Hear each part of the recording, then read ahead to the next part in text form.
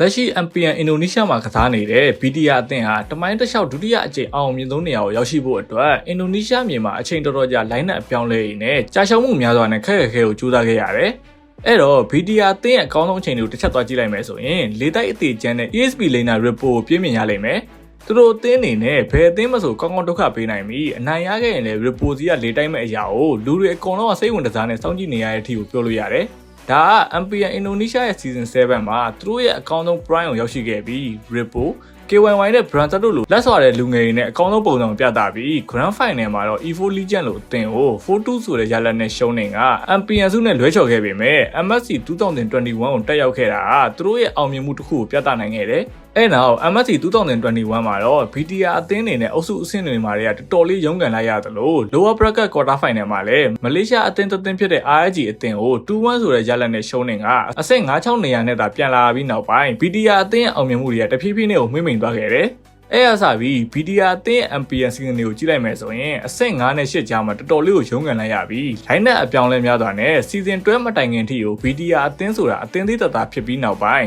BDR အသင်းရဲ့လိုင်းနာမှာအင်ဒိုနီးရှားရဲ့လက်တစ်ကျန်ခဲ့တာကန်တဲ့အတူ KYY မိုအီနိုတို့နဲ့ပြန်လဲဦးမော့လာပြီး Season တစ်ခုပြီးတစ်ခုအသင်းဘက်ကနေတကယ်ကောင်းတဲ့ပြောင်းလဲမှုတွေကိုမြင်တွေ့လာရတယ်။အဓိကပြောရမှာ MPN Season 13မှာဖိလစ်ပင်းကဂိုးလိန်နာအီမန်နဲ့အတူ ESP လိန်နာလော့ဂျီယန်တို့ကိုခေါ်ယူလိုက်တာအသင်းအတွက်နောက်တစ်ဆင့်ကိုမြင်သွားပေမဲ့ Season 14 နဲ့ 15 ထိကိုသူတို့ရဲ့အိမ်မက်တွေကိုအကောင့်ထဲမှာပေါ်နိုင်ခဲ့ဘူး။ဒါပေမဲ့ MPN System မှာတော့ BDR အသင်းအနေနဲ့ဟိုနှစ်အသင်းမှာလက်ဆွမ်းကောင်းပြီးအရန်ထိုင်နေရတဲ့လူငယ်ဂျန်ဂယ်လာနေကိုခေါ်လိုက်တာအစားပြီးသူတို့အသင်းရဲ့ကစားပုံကတိကျတာတိုးတက်လာသလိုဂိုးလိန်နာအီမန်ကလည်းဖိလစ်ပင်းသားပြီးအကောင့်လုံးပုံစံတွေပြသနေတာကြောင့် Season 16ရဲ့ regular ပွဲစဉ်တွေမှာဝီတစ်ခုစီတိုင်းမှာ MVP တွေကိုအများဆုံးသိမ်းပိုက်နိုင်ပြီးအဆင့်နှစ်လိုနေရာနဲ့ရပ်တည်ခဲ့ပေမဲ့ Playoff Stage တွေမှာ AE အသင်းကိုရှုံးနေခဲ့တာEvo အသင်းကိုရှုံးနေခဲ့တာ BDR အသင်းရဲ့လက်ရည်မငြိမ်သေးတဲ့စွမ်းဆောင်ရည်ကြောင့်အနိုင်ရဖို့ခက်ခဲနေတယ်လို့တော့ကျွန်တော်ကတော့မြင်တယ်။အဲ့ဒါကြောင့်လက်ရှိအခုဆော့ကစားနေတဲ့ MPN Season 17မှာတော့ line နဲ့အပြောင်းလဲမရှိဘဲနဲ့သူတို့ရဲ့ရှေ့ season ရဲ့အမားတွေကိုအကောင်းဆုံးသင်ခန်းစာယူက regular season ပွဲစဉ်မှာတွေက